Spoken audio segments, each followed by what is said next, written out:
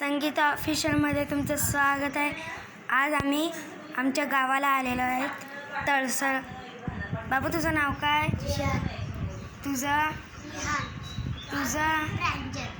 आणि ह्याचं नाव आहे प्रणव. हे आहे आमचं गावचं देवघर.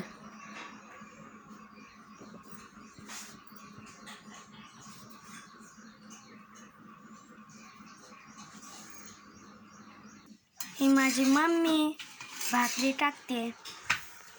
हाय.